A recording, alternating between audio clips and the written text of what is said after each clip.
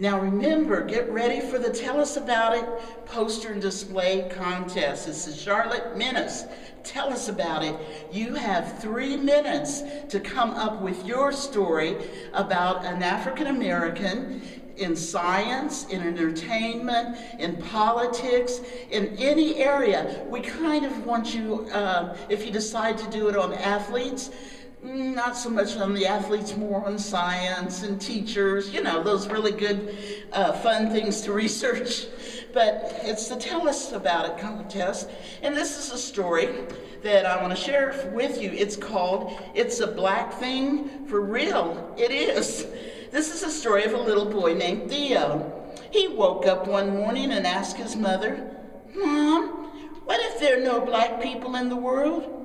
Well, his mother thought about that for a moment and then said, "Son, follow me around today and let's just see what it would be like if there were no black people in the world."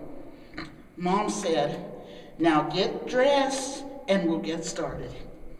Theo ran to his room to put on his clothes and shoes. His mother took one look at him and said, "Theo, where are your shoes?" "Those clothes look so wrinkled, son, I must iron them."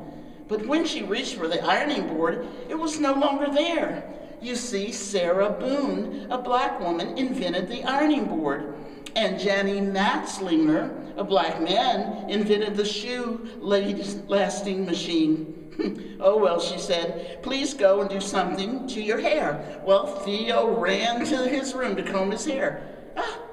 But the comb wasn't there. You see, Walter Salmons, a black man, invented the comb. Theo decided to just brush his hair, but the brush was gone. You see, Lydia O. Newman, a black female, invented the brush. Well, this was a sight. No shoes, wrinkled clothes, hair a mess, even Mom's hair, without the hair care inventions of Madam C.J. Walker. Well, you get the picture. Mom and Theo, let's go do our chores around the house and then take a trip to the grocery store. Theo's job was to sweep the floor. I bet all of you have little jobs around the house, don't you? Well, he swept and he swept and he swept. And when he reached for the dustpan, it was not there. You see, Lloyd P. Ray, a black man, invented the dustpan. So he swept his pile of dirt over in the corner and left it there. He then decided to mop the floor, but the mop was gone. You see, Thomas W. Stewart, a black man, invented the mop. Oh, Theo yelled to his mom, "Mom, I'm not having any luck." "Well, son," she said, "let me finish washing these clothes and we will prepare a list for the grocery store." When the wash was finished, she went to the clothes in the dryer, but the dryer wasn't there. You see, Walter Sampson's, a black man, invented the clothes dryer.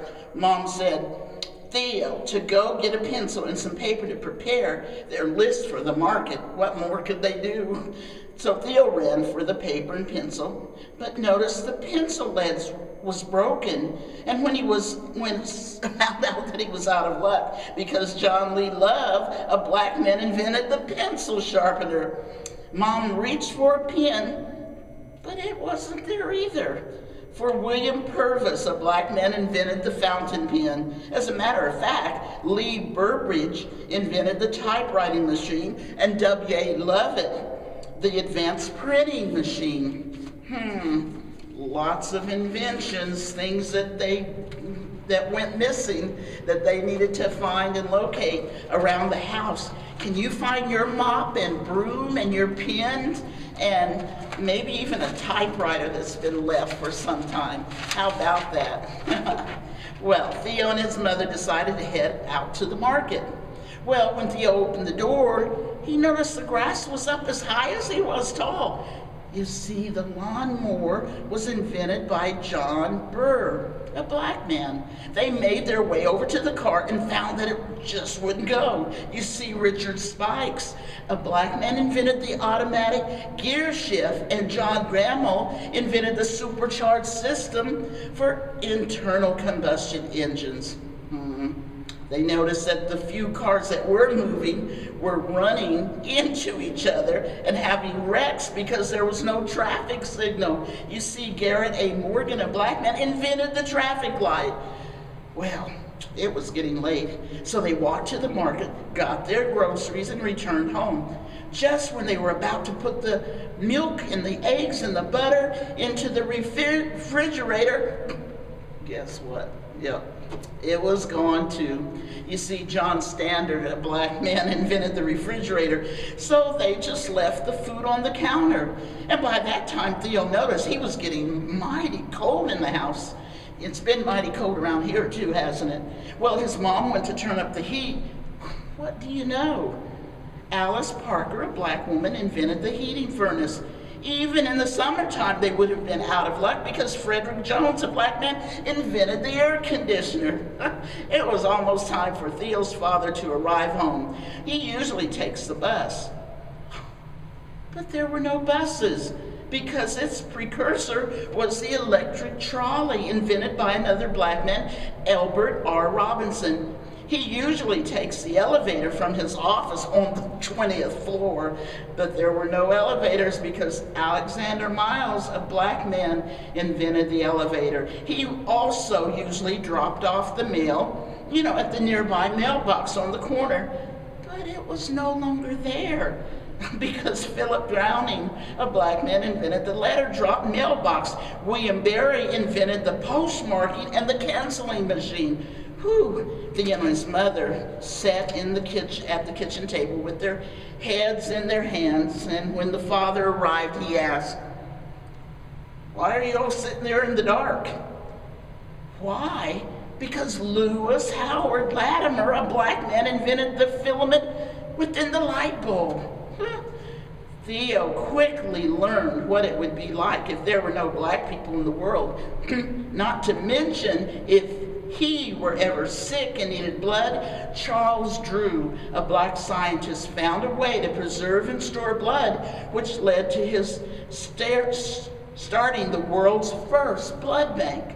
Wow. What if a family member had to have heart surgery?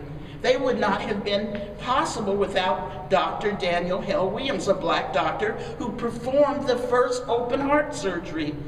So, if you ever wonder, like Theo, where would we be without black people? Well, it's pretty plain to see. We would still be in the dark.